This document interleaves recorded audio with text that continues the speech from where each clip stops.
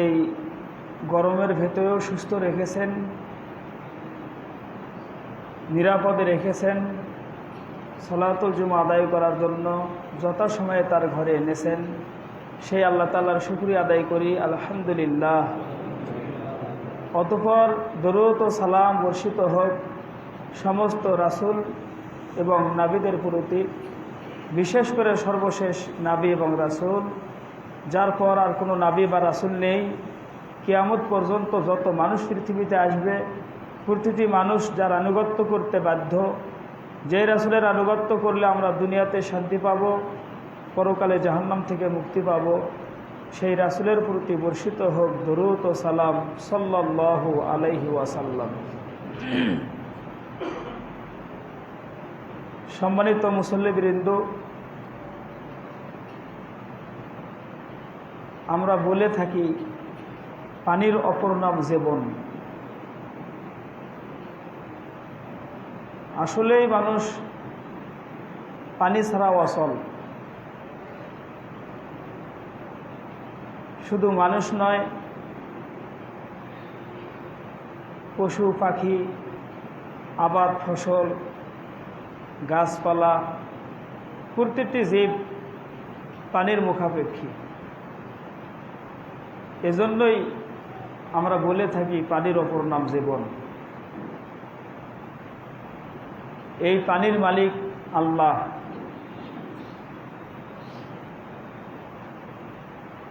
তিনিই পানি দিয়ে আমাদেরকে স্বাভাবিক জীবন দান করেন। বিশেষ বিশেষ পাপের কারণে আল্লাহ রাব্বুল আলামিন তার রহমত বন্ধ করে দেন। আবার কিছু কিছু ভালো কাজের মাধ্যমে আল্লাহ তাআলা আবার তার রহমত বৃষ্টি নাজিল করে থাকেন। বর্তমান সময়ে আমাদের বিভিন্ন পাপাচারের কারণে, বিভিন্ন অপরাধের কারণে আল্লাহ রাব্বুল আলামিন বৃষ্টি বন্ধ করে দিয়েছেন। অনাবৃষ্টির কারণে তাপমাত্রা অনেক বেশি, আমাদের জীবন ধারণ কষ্টকর হয়েছে,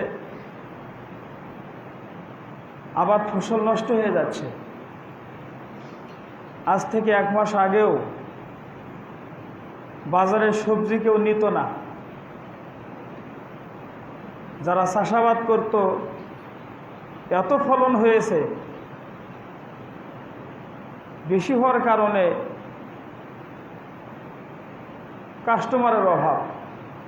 যত ফলন হয়েছিল তত গ্রাহক ছিল না, এজন্য সবজি ফেলে দিতে হয়েছে। আর আজকে অনাবৃষ্টির কারণে আবাদ ফসল এমনভাবে নষ্ট হয়ে যাচ্ছে, আমাদের স্বাভাবিক যেটুকু প্রয়োজন ওইটুকু সবজিও আমরা আর পাচ্ছি না। আমাদের ক্রয় ক্ষমতার বাহিরে বর্তমান সবজির বাজার। এগুলি রহমত নয়, এগুলি আল্লাহর গজব। মাঝে মাঝে বিভিন্ন এলাকায় হালকা বৃষ্টির দেখা দিলেও সাথে শিলাবর্ষণের কারণে আবাদ ফসল নষ্ট হয়ে যাচ্ছে। অনেক পুরাতন ঘর, সেই ঘরের চাল নষ্ট হয়ে যাচ্ছে। সাথে বজ্রপাতের কারণে বেশ কিছু মানুষ মারাও গিয়েছে। তা আমাদের পাপ এমন পর্যায়ে গিয়েছে, আল্লাহ তাআলা অনাবৃষ্টি দিয়ে শাস্তি দিচ্ছেন, আবার বৃষ্টির সামান্য দেখা দেওয়ার পাশাপাশি শিলাবর্ষণ, বজ্রপাত, এরকম বিভিন্ন আযাব গজব দিয়ে আল্লাহ তাআলা আমাদেরকে সতর্ক করার চেষ্টা করছেন। কিন্তু হতভাগা মানুষ, আমরা এখনো এগুলি বুঝি না, এখনো আমরা সচেতন হতে পারিনি। আমরা অনেকেই ধরেই নিয়েছি যে আমরা বৃষ্টির পানির মুখাপেক্ষী নই। আমরা নিচ থেকে পানি উঠাই আবাদপাতি করব। সূরা মুলকের ভেতর আল্লাহ তাআলা বলেন, আল্লাহ রাব্বুল আলামিন তিনি যদি এই পানিকে গভীর তলদেশে নিয়ে যান। ফামাইয়াতিকুম বিমাইম মাইন, কে আছে তোমাদেরকে প্রবহমান পানি এনে দেবে। আসমান থেকে অনাবৃষ্টি, দীর্ঘদিন অনাবৃষ্টি হওয়ার কারণে, বৃষ্টি বন্ধ হওয়ার কারণে পানির স্তর অনেক নিচে নেমে যাবে, তখন মেশিন দিয়ে নিচ থেকে পানি পাওয়া যাবে না। এজন্য আজকের সংক্ষিপ্ত আলোচনায় বৃষ্টি আমাদের জন্য রহমত, এই অনাবৃষ্টির কারণ এবং কি করলে বৃষ্টি পাওয়া যাবে ইত্যাদি বিষয়ে সংক্ষিপ্ত আকারে কিছু আয়াত এবং হাদিস উপস্থাপন করব ইনশাআল্লাহ। ওমা তাওফিকি ইল্লা বিল্লাহ। সম্মানিত উপস্থিতি, এই বৃষ্টির অনেক উপকারিতা। এই বৃষ্টি ছাড়া আমরা অচল। এই বৃষ্টির উপকারিতা আমরা হিসাব করে শেষ করতে পারবো না। প্রথমত কয়েকটি নিয়ামত এই বৃষ্টির মাধ্যমে আমরা ভোগ করে থাকি,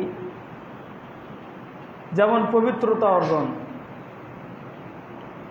আপনি পেশাব করবেন, পায়খানা করবেন, গোসল করবেন, পেশাব করার পর যদি পানি না পান, পায়খানা করার পর যদি পানি না পান কি অবস্থা হবে? খাবারের পর যদি পানি না পান কি অবস্থা হবে? এই বৃষ্টির পানি, এই পানি দিয়ে আমরা পবিত্রতা অর্জন করতে পারি। এই পানির মাধ্যমে আল্লাহ তাআলা মৃত্যু জমিনকে জীবিত করেন।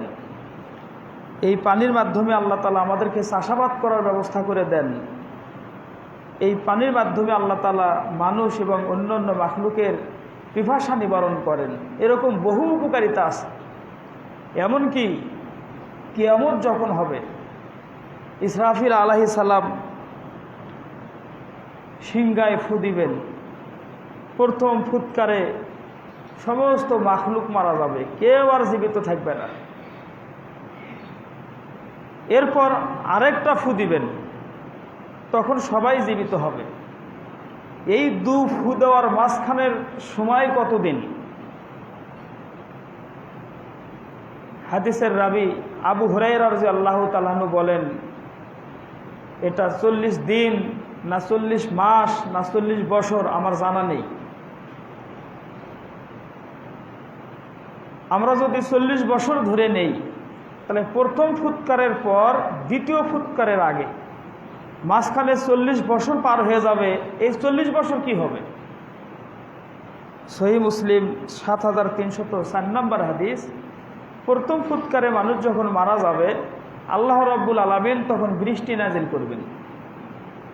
বৃষ্টি নাজিল করার মাধ্যমে আমাদের পূর্বপুরুষ যারা মারা গিয়েছেন, যাদের হাড় হাড্ডি মাটির সঙ্গে মিশে গেছে,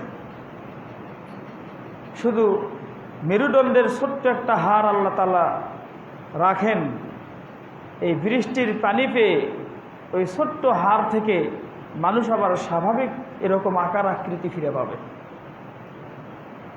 40 বছর পর ইসরাফিল আলাইহিস সালাম যখন আবার সিংহায় ফু দিবেন, তখন প্রতিটি মানুষ আবার রূহ ফিরে পাবে।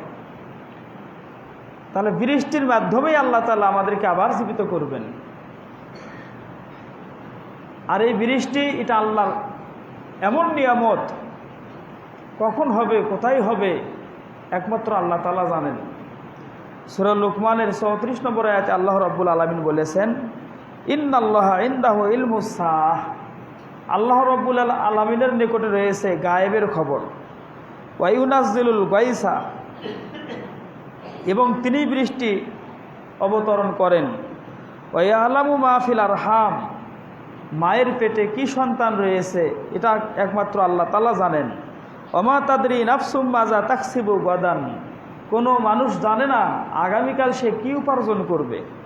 ওমা তাদরি নাফসুম বিআইয়ি আরজিন তামুত, কোনো মানুষ জানে না কোন জমিনে তার মরণ হবে। ইন্নাল্লাহা আলিমুন খবীর, নিশ্চয় আল্লাহ তাআলা জ্ঞানী, সংবাদ রাখেন। এই আয়াত থেকে আমরা জানি আল্লাহ রাব্বুল আলামিনের কাছে 5টি গায়েবের খবর, এই খবরগুলি দুনিয়ার কারো কাছে নেই। তার ভিতরে একটা হলো বৃষ্টি। তিনিই বৃষ্টি দিবেন, কখন দিবেন, কোথায় দিবেন তিনিই জানেন, আর কেউ জানেন না। বৃষ্টি সম্পর্কে কোরআনে বহু আয়াত এসেছে। যেমন সূরাতুল আরাফ 57 নম্বর আয়াতে আল্লাহ রাব্বুল আলামিন বলেন, ওয়াহুয়াল্লাযী ইউরসিলুর রিয়াহা বুশরাম বাইনা ইয়াদাই রহমাতি। কোরআনের ভাষায় বৃষ্টিকে বলা হয় রহমত। কোরআনে আল্লাহ তাআলা বৃষ্টিকে রহমত বলেছেন। আল্লাহ রাব্বুল আলামিন বৃষ্টি নাজিল করার পূর্বে সুসংবাদ হিসাবে ঠান্ডা বাতাস প্রেরণ করেন। বৃষ্টির আগে খেয়াল করবেন ঠান্ডা একটা বাতাস, এই ঠান্ডা বাতাস আপনাকে সুসংবাদ দিয়ে যাচ্ছে আল্লাহর রহমত নাজিল হবে, বৃষ্টি নাজিল হবে। হাত্তা ইজা আকল্লাত সাহাবান সিকালান সুকনাহু লিবালাদিন মাইয়িতিন। এরপর এই বাতাস অনেক ভারী ওজনের মেঘমালাকে উড়িয়ে নিয়ে যায়। মেঘ কিন্তু পানি, বাতাসের মাধ্যমে পানিকে উপরে উঠানো হয়, জমাট বাঁধা মেঘে পরিণত হয়। এই বিশাল টনে টনে ওজনের ভারী মেঘকে বাতাস উড়ে নিয়ে যায়। ফানজালনাহু মিনাল বিহিল মা। আল্লাহ তাআলা বলেন ওই মেঘমালা থেকে আমি আল্লাহ বৃষ্টি বর্ষণ করি। ফাখরাজনা বিহি মিন কুল্লি সামারাত। ওই বৃষ্টির পানি দ্বারা আমি সব ধরনের ফলমূল উৎপন্ন করি। যত প্রকার ফলমূল রয়েছে, ফসল রয়েছে, বৃষ্টির মাধ্যমে আল্লাহ তাআলা উৎপন্ন করেন। কাযালিকা নুখরিজুল মাউতা। আল্লাহ তাআলা বলেন বৃষ্টি দিয়ে যেমন মৃত্যু জমিনকে আমি জীবিত করি, বৃষ্টি দিয়ে যেমন বিভিন্ন আবাদ ফসল আমি এবং বিভিন্ন ফলমূল আমি উৎপন্ন করি, ঠিক ওইভাবে তোমরা যখন মারা যাবে তোমাদেরকেও আমি জীবিত করব। আল্লাহ তাআলা বলেন লাআল্লাকুম তাযাক্কারুন, যেন তোমরা উপদেশ গ্রহণ করতে পারো, এই বৃষ্টি থেকে উপদেশ নিতে পারো। বৃষ্টির মাধ্যমে কিভাবে আল্লাহ তাআলা জমিনকে আবার সজীব করেন, ঠিক ওইভাবে আমরা মারা গেলে আল্লাহ তাআলা আমাদেরকে আবার পুনর্জীবিত করবেন। সূরাতুশ শুরা 28 নম্বর আয়াতে আল্লাহ তাআলা বলেন ওয়া হুয়াল্লাযী ইউনাজ্জিলুল গায়সা মিন বা'দি মা কানাতু। অনাবৃষ্টির কারণে মানুষ এক পর্যায়ে হতাশ হয়ে যায়, নিরাশ হয়ে যায়, আর মনে হয় বৃষ্টি হবে না। যেমন বর্তমান আমাদের পরিস্থিতি, অনাবৃষ্টির কারণে আমরা এক ধরনের হতাশ, মনে হয় আবাদ ফসল নষ্টই হয়ে যাবে, বৃষ্টি মনে হয় আর হবে না। এভাবে মানুষ যখন নিরাশ হয়ে যায়, হতাশ হয়ে যায়, আল্লাহ রাব্বুল আলামিন তখন বৃষ্টি নাজিল করেন। ওয়ানশুরু রহমাতা, এবং তার রহমতকে ছড়িয়ে দেন। ওয়াহুয়াল ওয়ালিউল হামিদ, আর তিনি প্রশংসিত বন্ধু। আল্লাহ আমাদের বন্ধু, আল্লাহ আমাদের ওলি, তিনি আমাদের অভিভাবক। যখন আমাদের প্রয়োজন হবে তিনি রহমতের বৃষ্টি প্রেরণ করবেন। এই বৃষ্টির উপকারিতা সম্পর্কে আল্লাহ রাব্বুল আলামিন বলেছেন ওয়াহুয়াল্লাযী আরসালা রিয়াহা বুশরাম বাইনা ইয়াদাই রহমাতি। বৃষ্টির আগ মুহূর্তে আল্লাহ তাআলা ঠান্ডা শীতল বাতাস প্রবাহিত করেন। ওয়া আনজালনা মিনাস সামাই মাআন তাহুরা। আমরা আসমান থেকে বৃষ্টি নাজিল করি। মাআন তাহুরান মানে পবিত্র পানি। তহুর বলা হয় যা নিজে পবিত্র এবং অন্যকে পবিত্র করতে পারে। আল্লাহ আসমান থেকে বৃষ্টি বর্ষণ করেন, ওই পানি দিয়ে আমরা নিজেরা পবিত্র হই। বৃষ্টির পানি পবিত্র এবং আমাদেরকে পবিত্র করে। আজকে পানি না পেলে, আমি শুরুতেই বলেছি পানির যে কত অভাব। আপনি পেশাব করতে গেলেন, পেশাব করার পর পানি পেলেন না, টয়লেটে যাওয়ার প্রয়োজন হয়েছে, টয়লেট ছেড়েছেন, বের হওয়ার পর যদি পানি না পান তখন কি পরিস্থিতি হবে? গোসল করার পানি না পেলে কি পরিস্থিতি হবে? প্রতিটি মুহূর্তে আমাদের পানি প্রয়োজন। আল্লাহ রাব্বুল আলামিন আমাদেরকে পবিত্র রাখার জন্য পানি বর্ষণ করেন, অথচ আমাদের ভেতর কত মানুষ আছে যারা নাপাক থাকে, পেশাব করে পানি নেয় না, ফরজ গোসল করে না। যদি তাকে নামাজের জন্য ডাকা হয় বলে আমার কাপড় অপবিত্র, আমি পাক নই, আমি মসজিদে যেতে পারবো না, আমি এখন নামাজ পড়তে পারবো না, কত অজুহাত দেয়। অথচ আল্লাহ তাআলা আমাদেরকে পবিত্র রাখার জন্যই বর্ষণ করেন বৃষ্টি। আল্লাহ রব্বুল আলামিন বলেন, লিনুহয়ি বিহি বালদাতান মাইয়িতান। এই বৃষ্টির আরও একটা কারণ হলো, এই জমি অনাবৃষ্টির কারণে মারা যায়। এই মৃত জমিনকে আমি জীবিত করি বৃষ্টির মাধ্যমে। অনুস্কিয়াহু মিম্মা খলাকনা আনআমা ওয়া আনাসিয়া কাসীরা। আমি অসংখ্য মানুষ এবং অসংখ্য মাখলুক সৃষ্টি করেছি। মানুষ ছাড়াও অনেক প্রাণী রয়েছে, অনেক পশু পাখি, গবাদি পশু, বন জঙ্গলে আমাদের চেনা অজানা অচেনা বহু ধরনের প্রাণী রয়েছে। এই অসংখ্য প্রাণীদেরকে আল্লাহ তাআলা পানি পান করানোর ব্যবস্থা করেন এই বৃষ্টির মাধ্যমে। তাহলে আমরা বুঝতেই পারছি যে বৃষ্টির কত উপকারিতা। বৃষ্টির পানির উপকারিতা বলে শেষ করা যাবে না। এজন্য আমরাই বলে থাকি পানির অপর নাম জীবন। কিন্তু সেই রহমত আজকে বন্ধ, আজকে রহমত নেই, আজকে বৃষ্টি নেই।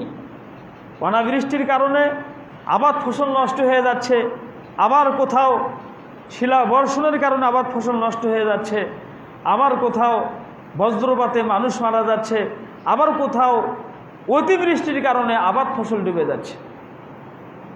এগুলি আমাদেরকে সতর্ক হওয়ার জন্য আল্লাহ তাআলা ছোট্ট ছোট্ট আযাব হিসাবে দিয়েছেন। এই অনাবৃষ্টির অনেক কারণ।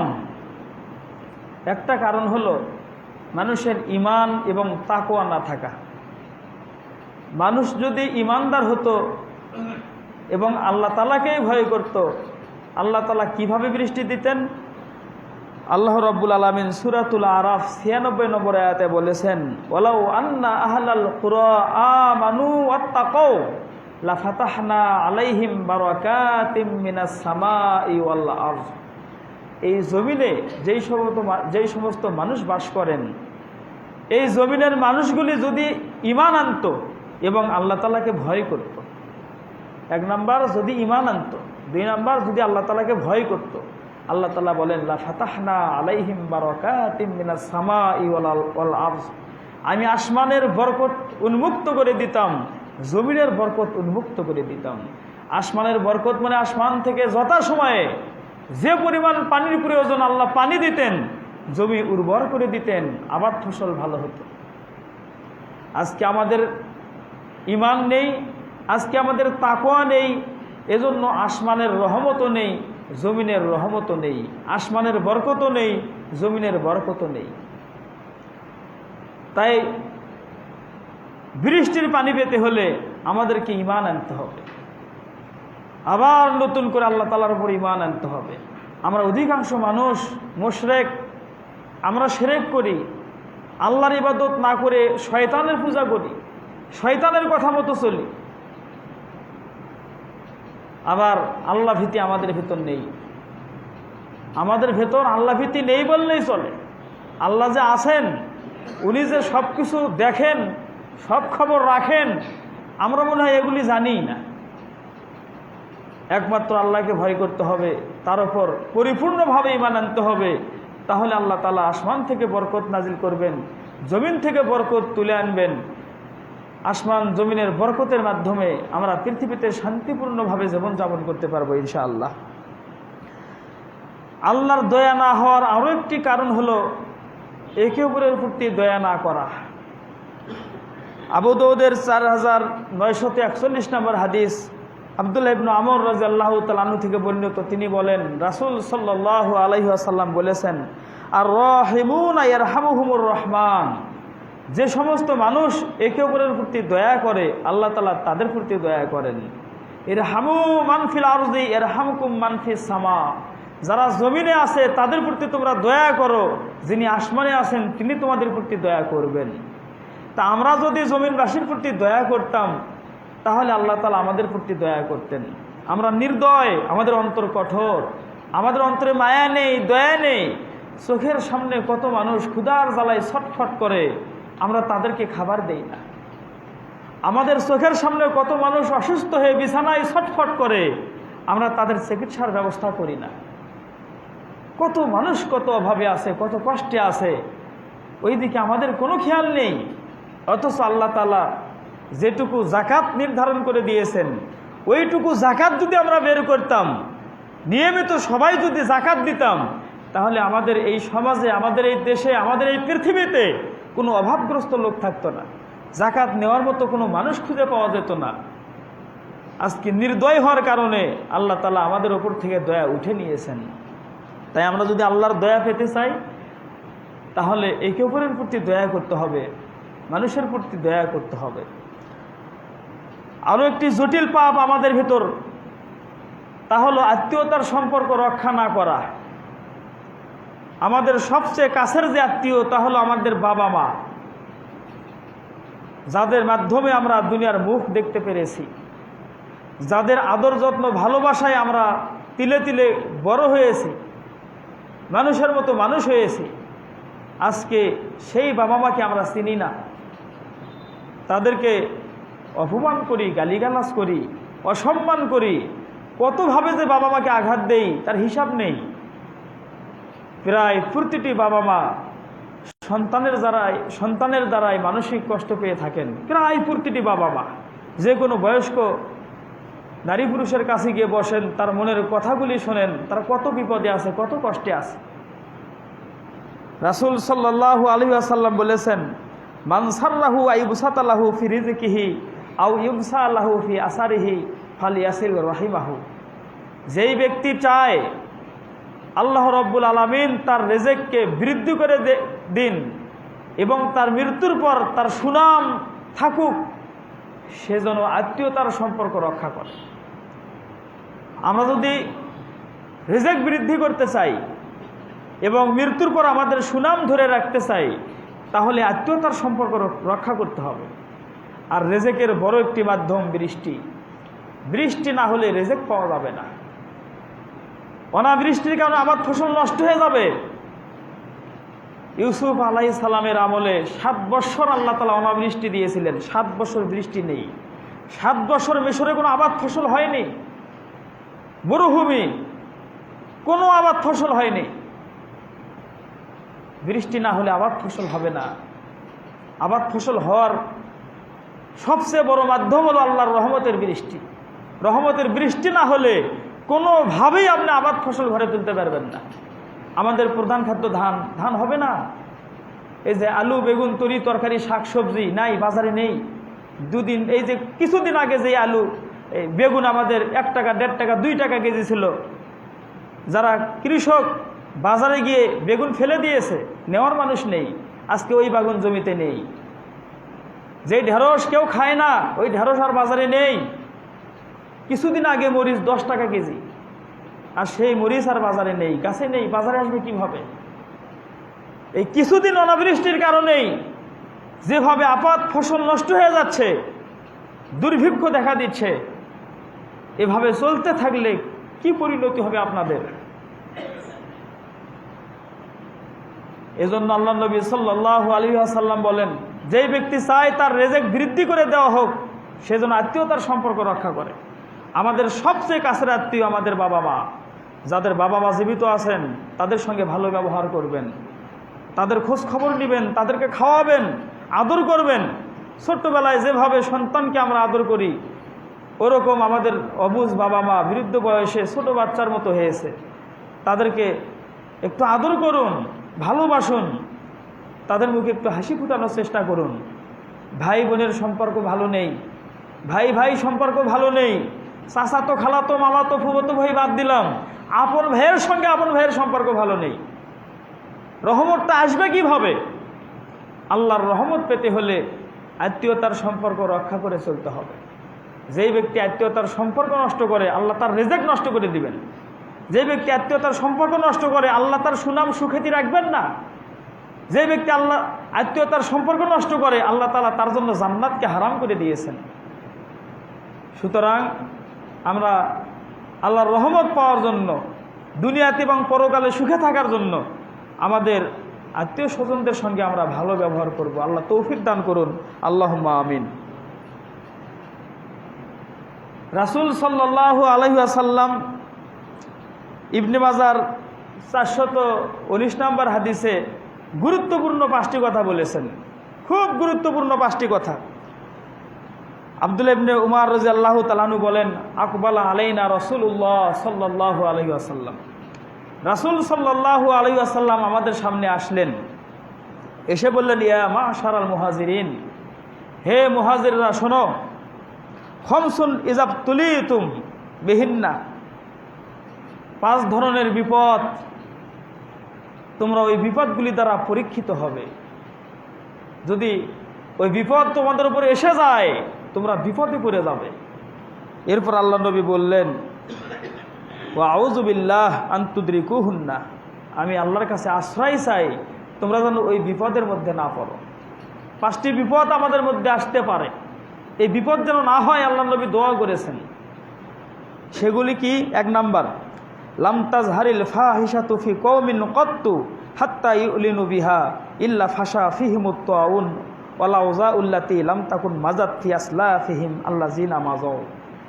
যখন মানুষ প্রকাশ্যে ব্যভিচার করবে, জিনা করবে, বর্তমানে প্রকাশ্যে জিনা হচ্ছে, নারী পুরুষ হাত ধরে প্রকাশ্যে হাঁটাহাঁটি করছে, একসঙ্গে বসে হাসাহাসি এবং বিভিন্ন অঙ্গভঙ্গি যেগুলি বলার মতো নয়, প্রকাশ্যে হচ্ছে এগুলি জিনা। যখন মানুষ এভাবে প্রকাশ্যে জিনা করবে, ব্যভিচার করবে, রাসূল সাল্লাল্লাহু আলাইহি ওয়াসাল্লাম বলেন, আল্লাহ তাআলা তখন ওই জাতির মাঝে মহামারী দিবেন এবং এমন জটিল জটিল রোগ দিবেন, তাদের পূর্বপুরুষ কোনোদিন এই রোগগুলির নাম শোনে নাই। আজকে এরকম আনকমন কিছু রোগ আমাদের মাঝে দেখা যায়। এই যে করোনা হয়ে গেল, এর আগে কোনোদিন নাম আমরা শুনিনি। আরও কি যেন নতুন নতুন রোগের নাম, যেইগুলি নাম আমরা কোনোদিন শুনিনি, এই রোগগুলি বর্তমানে দেখা যাচ্ছে, কারণ প্রকাশ্যে ব্যভিচার হচ্ছে, জিনা হচ্ছে। 2 নম্বরে আল্লাহ নবী বললেন, ওয়ালাম ইয়ানকুজুল মিকিয়ালা ওয়াল মিজান ইল্লা উখিযু বিসসিনিন ওয়া শিদ্দাতিল মাউনাতি ওয়া জাওরি সুলতানি আলাইহিম। মানুষ যখন ওজনে এবং পরিমাণে কম দিবে, ওজনে কম দিবে, মেপে দেওয়ার সময় কম দিবে, এক জাতিকে আল্লাহ তাআলা ওজনে কম দেওয়ার জন্য ধ্বংস করেছেন। আগামীতে আলোচনা হবে ইনশাআল্লাহ। যখন মানুষ ওজনে কম দিবে, পরিমাণে কম দিবে, আল্লাহ রাব্বুল আলামিন তাদের মাঝে দুর্ভিক্ষ দিবেন, খুব অভাব অনটন দিবেন এবং তাদের বিরুদ্ধে জালেম শাসক লাগিয়ে দিবেন। তাদের সরকার হবে জালেম। মানুষ যদি ভালো হয়, সরকার এমনিতেই ভালো হয়ে যাবে। মানুষ যদি খারাপ হয়ে যায়, সরকার ভালো হবে না। আমরা মাঝে মাঝে সরকারকে গালি দেই, সরকারকে গালি না দিয়ে সমাজ সংশোধন করতে হবে। আবার অনেকেই মনে করি যে আমরা ক্ষমতায় গেলে দেশটা ভালো হবে, হবে না, কোনোভাবেই হবে না। রাসূলের হাদিস বলে, যখন মানুষ ওজনে কম দিবে, পরিমাণে কম দিবে, তখন আল্লাহ তাআলা তাদের উপর জালেম শাসক চাপিয়ে দিবেন। ওই জালেম তার প্রজাদের উপর অত্যাচার করবে। এজন্যই বিশেষ করে আহলে হাদিস আন্দোলন বাংলাদেশ আহলে হাদিস যুব সংঘ, মানে আমাদের কাজগুলি হলো সমাজ সংস্কার, মানুষের ঈমান ও আমল সংস্কার। আমাদের বাংলাদেশের যারা আহলে হাদিস, কোনোদিন এরা ক্ষমতার জন্য লাফালাফি করে না। আমরা যদি সমাজের মানুষকে সংশোধন করতে পারি, মানুষের যদি মন ভালো হয়ে যায়, সমাজ রাষ্ট্র এমনিতেই স্বাভাবিকভাবেই ভালো হয়ে যাবে। তাই ক্ষমতা দখল করে কোনোদিন দেশে শান্তি আনা যাবে না। মানুষের মাঝে দাওয়াত তাবলীগ করে মানুষকে সংশোধন করতে হবে। মানুষ ভালো হলে সমাজ ভালো হবে, দেশ ভালো হবে, প্রধানমন্ত্রী এমনিতেই ভালো হয়ে যাবেন তখন ইনশাআল্লাহ। তাই ওজনে কম দেওয়া এটা ছোট পাপ নয়, বড় পাপ। এই কুঅভ্যাস যাদের আছে, অভ্যাসগুলি পরিবর্তন করার চেষ্টা করবেন। 3 নম্বর, আল্লাহ নবী সাল্লাল্লাহু আলাইহি ওয়াসাল্লাম বললেন, ওয়ালাম ইয়ামনাউ যাকাত আমওয়ালিহিম ইল্লা মুনিউল কতরা মিনাস সামাই ওয়ালাউলাল বাহাইমু লাম ইউমতারু। মানুষ যখন যাকাত দেওয়া বন্ধ করে দেয়, আল্লাহ রাব্বুল আলামিন তখন বৃষ্টি বন্ধ করে দেন। যখন মানুষ যাকাত দেওয়া বাদ দিবে, আল্লাহ তখন বৃষ্টি বন্ধ করে দিবেন। যাকাত শুধু টাকার হয় তা নয়। এই যে আমাদের ধান আমরা আবাদ করেছি, ধান কাটা শুরু হয়েছে, এই ধানের ওসর রয়েছে। 18 মণ 30 কেজি ধান যদি হয়, তার উপর ওসর আদায় করা ফরজ। 18 মণ 30 কেজি ধান কারো হলে তার জন্য ওশর আদায় করা ফরজ। সলাৎ সিয়ামের মতো ফরজ একটি ইবাদত ওশর আদায় করা। যেই সিজনে আমরা সেচ দিয়ে আবাদ করি তখন 20 ভাগের 1 ভাগ, আর যেই সিজনে আল্লাহর রহমতের বৃষ্টি দিয়ে আবাদ হয় তখন 10 ভাগের 1 ভাগ ওশর বের করতে হবে। তাই যাদের ধানের আবাদ রয়েছে আপনারা ওশর বের করবেন। 7.5 ভরি স্বর্ণ কারো যদি থাকে, 1 বছর পার হয়ে গেলে ওই স্বর্ণের দাম হিসাব করে কত হয়, শতকরা 2.5 টাকা জাকাত হিসাবে বের করতে হবে। আমরা যারা ব্যবসা বাণিজ্য করি, সংসার করি, কোনোভাবে আমাদের খাওয়া পড়ার পর যে টাকাগুলি আমরা জমা করি ওই টাকার পরিমাণ যদি 7.5 ভরি স্বর্ণের যে দাম ওই পরিমাণ হয় এবং ওই টাকা 1 বছর পার হয়ে যায় তখন শতকরা 2.5 টাকা জাকাত হিসাবে বের করতে হবে। তাহলে আল্লাহ তাআলা বৃষ্টি দিবেন। আর যখন আমরা জাকাত বন্ধ করব, ওশর বন্ধ করব, আল্লাহ তাআলা বৃষ্টি বন্ধ করে দিবেন। এর আগে একটা হাদিস আমি শুনিয়েছি, সহিহ মুসলিমের হাদিস। ওই যে এক ব্যক্তির জমিতে বৃষ্টির পানি দেওয়া হচ্ছে, তাকে বলা হলো তুমি এমন কি আমল করো, মেঘের ভেতর তোমার নাম উচ্চারণ করা হলো, তোমার জমিতে পানি দিতে বলা হলো, তুমি কি আমল করো? তখন লোকটা বলছেন আমার জমিতে যেই চাষাবাদ করি, যেই ফলন আমি পাই, আমি 3 ভাগ করে 1 ভাগ আবাদ ফসল করার জন্য রেখে দেই, চাষাবাদ করার জন্য রেখে দেই, আরেক ভাগ আমি নিজে খাই, পরিবারকে খাওয়াই, আরেক ভাগ আমি গরিব দুঃখীদের মাঝে দান খয়রাত করে দেই।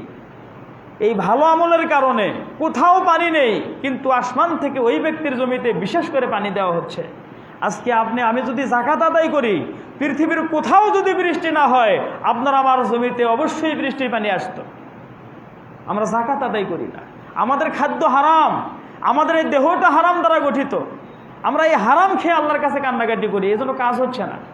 এত ইস্তেসকার সালাত হচ্ছে, এত ইস্তেসকার দোয়া হচ্ছে, এত বয়স্ক মানুষ কান্নাকাটি করছে, কাজ হচ্ছে না। কারণ হারাম খেয়ে খেয়ে আমাদের রক্ত, মাংস, হাড়, হাড্ডি সবই হারাম, গায়ের পোশাকটাও হারাম। আল্লাহ নবী বলেন এক মুসাফির ব্যক্তি 2 হাত তুলে আল্লাহর কাছে কান্নাকাটি করছে। মুসাফিরের দোয়া কবুল হয়, 3 ব্যক্তির দোয়া কবুল হয়। একটা হলো মুসাফির, আরেকটা হলো মাজলুম, আরেকটা হলো পিতামাতার দোয়া। কোনো কোনো হাদিসে এসেছে সিয়াম পালনকারীর দোয়া। তো এক মুসাফির 2 হাত তুলে আল্লাহকে ডাকছেন, ইয়া রব্বি ইয়া রব্বি, কিন্তু তার দোয়া কবুল হচ্ছে না। তখন আল্লাহ নবীকে বলা হলো এই লোকটা মুসাফির মানুষ 2 হাত তুলে কান্নাকাটি করছে, দোয়া কবুল হচ্ছে না, কারণ কি? তখন আল্লাহ নবী সাল্লাল্লাহু আলাইহি ওয়াসাল্লাম বললেন এই লোকটার খাদ্য হারাম, এই লোকটা যে পানি খায় ওই পানিটাও হারাম, এই লোকটা যে পোশাক পরেছে পোশাকটাও হারাম, এই লোকটার যে দেহ হারাম খেয়েই গঠন করেছে, তার দোয়া আল্লাহ কিভাবে কবুল করবেন? আজকে আমরা সুদ, ঘুষ, ওজনে কম দেওয়া, খাদ্যে ভেজাল দেওয়া, জমির আল ঠেলা, কতভাবে যে হারাম খাচ্ছি, আল্লাহ আমাদের দোয়া কিভাবে কবুল করবেন? তাই হারাম থেকে বাঁচতে হবে, হালাল পথে চলার চেষ্টা করতে হবে। 4 নম্বরে আল্লাহ নবী সাল্লাল্লাহু আলাইহি ওয়াসাল্লাম বললেন আলাম ইয়ানকুযু আহাদাল্লাহ ওয়া আহাদা রাসূলিহি ইল্লা সাল্লাতাল্লাহু আলাইহিম আদুওয়াম মিন গায়রিহিম ফাআখাযু বা'যা মা ফি আইদিহিম। মানুষ যখন আল্লাহ এবং তার রাসূলের অঙ্গীকার ভঙ্গ করবে, আল্লাহ রাব্বুল আলামিন তাদের শত্রুদেরকে তাদের উপর চাপিয়ে দিবেন, তারা মুসলমানদের জান মাল সব কিছু নিয়ে যাবে। 5 নম্বরে আল্লাহ নবী বললেন ওমা লাম তাহকুম আইম্মাতুহুম বিকিতাবিল্লাহ ওয়া ইয়াতাখায়্যারু মিম্মা আনজালাল্লাহ ইল্লা জাআলাল্লাহু বাসাহুম বাইনাহুম। যখন শাসকরা কোরআন সুন্নাহ অনুযায়ী দেশ পরিচালনা না করবে, ইচ্ছামতো খেয়াল খুশি মতো চলবে, কোরআন সুন্নাহ পরিহার করার কারণে আল্লাহ রাব্বুল আলামিন তাদের মাঝে গৃহযুদ্ধ সৃষ্টি করে দিবেন। পরস্পর তারাই কামড়াকামড়ি মারামারি করবে। একটা পাপ করলে একটা গজব আসবে, যখনই একটা পাপ করব আরেকটা গজব আসবে। তা বিশেষ করে বর্তমান সময়ে এই অনাবৃষ্টির প্রধান কারণ হলো যাকাত না দেওয়া। আমরা শুরুতেই জেনেছি বৃষ্টি আমাদের জন্য অপরিহার্য। এই পানি ছাড়া আমরা অচল, আমরাও বাঁচব না, পশু পাখিও বাঁচবে না, আবাদ ফসলও হবে না, কোনোভাবেই আমরা চলতে পারবো না। তাই আমরা যাকাত দেব এবং এই বৃষ্টি পাওয়ার জন্য আল্লাহ নবী সাল্লাল্লাহু আলাইহি ওয়াসাল্লাম বৃষ্টি প্রার্থনার সালাত আদায় করেছেন। আমরা পারলে বৃষ্টি প্রার্থনার সালাত, ইস্তেসকার সালাত আদায় করতে পারি। আল্লাহ নবী সাল্লাল্লাহু আলাইহি ওয়াসাল্লাম খুতবার ভেতর মুসল্লিদেরকে নিয়ে 2 হাত তুলে দোয়া করেছেন, ওইভাবেও দোয়া করতে পারি। বা এমনিতেই আমরা নিজেরাও ইস্তেসকার বৃষ্টি প্রার্থনার যে দোয়াগুলো আল্লাহ নবী পড়েছেন সেগুলিও পড়তে পারি। আবার ইস্তিগফার, বেশি বেশি ইস্তিগফার, আমরা যদি বেশি বেশি আল্লাহর কাছে ক্ষমা চাই, আল্লাহ তাআলা বলছেন তখন তিনি বৃষ্টি দিবেন। এই যে বৈধ উপায়গুলি, বৃষ্টি পাওয়ার মাধ্যমগুলি, আমরা এই মাধ্যমগুলি দিয়ে আল্লাহর কাছে বৃষ্টি কামনা করব। আমরা দুই হাত তুলে সংক্ষিপ্ত আকারে একটু দোয়া করব, সময় নেই। দুই হাত তুলে খুতবার মাঝে সবাই মিলে দোয়া করা আল্লাহ নবীর সুন্নাত। আল্লাহ নবী এভাবে আমল করেছেন, সাহাবারাও করেছেন। আমরা সংক্ষিপ্ত আকারে ছোট্ট একটু দোয়া করব বৃষ্টির জন্য। আলহামদুলিল্লাহি রাব্বিল আলামিন আর রহমানির রহিম মালিক ইয়াউমিদ্দিন লা ইলাহা ইল্লাল্লাহু ইয়াফআলু মা ইউরিদ আল্লাহুম্মা আনতাল্লাহ লা ইলাহা ইল্লা আনতাল গনি ওয়া নাহনুল ফুকারা আনজিল আলাইনাল গায়স ওয়াজআল মা আনজালতা আলাইনা কুওয়াতাও ওয়া বালাগান ইলা হিন। রব্বুল আলামিন, তুমি তো আমাদের মাবুদ, তুমি তো আমাদের উপাস্য, তুমি ছাড়া আমাদের আর কোনো উপাস্য নেই। রব্বুল আলামিন, তুমি আমাদের উপর তোমার রহমতের বৃষ্টি নাজিল করো। রব্বুল আলামিন, তুমি শিলাবর্ষণ দিও না, অতি বৃষ্টি দিয়ে আবাদ ফসল নষ্ট করে দিও না। আল্লাহ, আমাদের জন্য উপকারী বৃষ্টি দাও। রব্বুল আলামিন, আল্লাহুম্মা আসকি ইবাদাক ওয়া বাহাইমাক ওয়ানশুর রহমাতাক ওয়াহি বালাদাকাল মাইত। রব্বুল আলামিন, তোমার বান্দাদেরকে বৃষ্টির পানি দাও। রব্বুল আলামিন, তোমার অসংখ্য প্রাণী পৃথিবীতে রয়েছে আল্লাহ, তাদেরকে রহমতের বৃষ্টি দাও। রব্বুল আলামিন, তোমার রহমতকে সারা পৃথিবীতে ছড়িয়ে দাও। রব্বুল আলামিন, তোমার মৃত্যু জমিনকে তুমি আবার জীবিত করে দাও। রব্বুল আলামিন, অনাবৃষ্টির কারণে আমাদের আবাদ ফসল নষ্ট হয়ে যাচ্ছে। রব্বুল আলামিন, অনাবৃষ্টির কারণে পশু পাখিগুলি কষ্ট পাচ্ছে। রব্বুল আলামিন, অনাবৃষ্টির কারণে আমরা নিজেরাও অনেক কষ্টে আছি। আমাদের বয়স্ক মুরব্বী যারা আছেন তারা খুব কষ্টে আছেন। রব্বুল আলামিন, অনাবৃষ্টির কারণে, অতি তাপমাত্রার কারণে অনেক শিক্ষা প্রতিষ্ঠান বন্ধ দিয়ে আমাদের ছোট্ট ছোট ছেলেমেয়েদের পড়াশোনার অনেক ক্ষয়ক্ষতি হচ্ছে। রব্বুল আলামিন, তোমার রহমতের বৃষ্টি দিয়ে আমাদের স্বাভাবিক জীবনযাপন করার তৌফিক দাও। রব্বুল আলামিন, তাপমাত্রা স্বাভাবিক করে দাও। রব্বুল আলামিন, আবহাওয়া ভালো করে দাও। রব্বুল আলামিন, আবাদ ফসল ভালো করে দাও। রব্বুল আলামিন, এই অনাবৃষ্টির কারণে অনেকেই অসুস্থ হয়ে পড়ছেন, আল্লাহ তাদেরকে সুস্থ করে দাও। আল্লাহুম্মা আসকিনা গায়সাম মুগীসাম মারিয়াম মারিয়া নাফিয়ান গায়রা যারিন আজিলান গায়রা আজিল। রব্বুল আলামিন, তোমার রহমতের বৃষ্টি নাজিল করো। রব্বুল আলামিন, দ্রুত বৃষ্টি দাও, বিলম্ব করিও না। রব্বুল আলামিন, যেই বৃষ্টি আমাদের জন্য উপকারী ওই বৃষ্টি দাও, ক্ষতিকর বৃষ্টি দিও না। রব্বুল আলামিন, এমন বাতাস দিও না যাতে আমাদের ক্ষয়ক্ষতি হবে। রব্বুল আলামিন, আমাদের উপর কোনো আযাব গজব দিও না। রব্বুল আলামিন, তোমার আসমানের রহমত নাজিল করো, বরকত নাজিল করো। রব্বুল আলামিন, জমিন থেকে তুমি তোমার রহমত বরকত উদিত করো। রব্বুল আলামিন, তোমার আসমানের গজব আসমানে উঠিয়ে নাও। রব্বুল আলামিন, জমিনের গজব জমিনের ভিতর দাবাইয়া দাও। রব্বুল আলামিন, তুমি তোমার রহমত নাজিল করো, তোমার বান্দাদের প্রতি তুমি দয়া করো। রব্বানা যালামনা আনফুসানা ওয়া ইল্লাম তাগফির লানা ওয়া তারহামনা লানাকুনান্না মিনাল খাসিরিন। রব্বুল আলামিন, আমরা নিজেদের প্রতি অনেক জুলুম করেছি। রব্বুল আলামিন, আমরা অনেক পাপ করেছি। আল্লাহ, তুমি ছাড়া আমাদের ক্ষমা করার কেউ নেই। রব্বুল আলামিন, তুমি আমাদেরকে ক্ষমা করে দাও। রব্বুল আলামিন, তুমি ক্ষমাশীল, তুমি ক্ষমা ভালোবাসো। হে আল্লাহ, আমরা তোমার পাপী বান্দা, হাত তুলেছি। রব্বুল আলামিন, তোমার নবী ভাবে হাত তুলে দোয়া করেছেন, তুমি বৃষ্টি দিয়েছো।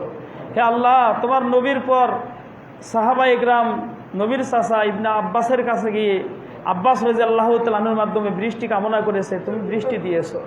আল্লাহ, আমাদের মাঝে নবী নেই, আমাদের মাঝে নবীর চাচা নেই, আমাদের মাঝে নবীর সাহাবারা নেই, তাবেঈরা নেই, তাবেঈগণ নেই, ইমামগণ নেই, বড় ধরনের পরহেজগার কেউ নেই।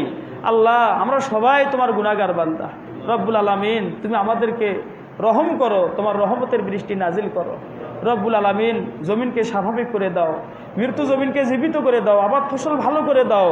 আল্লাহুম্মা আসকি ইবাদাক ওয়া বাহাইমাক ওয়ানশুর রহমাতাক ওয়াহি বালাদাকাল মাইত। আল্লাহুম্মা আসকিনা গায়সাম মুগীসাম মারিয়াম মারিয়া নাফিয়ান গায়রা যারিন আজিলান গায়রা আজিল। রব্বানা তাকাব্বাল মিন্না ইন্নাকা আনতাস সামিউল আলিম ওয়া তুব আলাইনা ইন্নাকা আনতাত তাওয়াবুর রহিম। আমিন সুম্মা আমিন।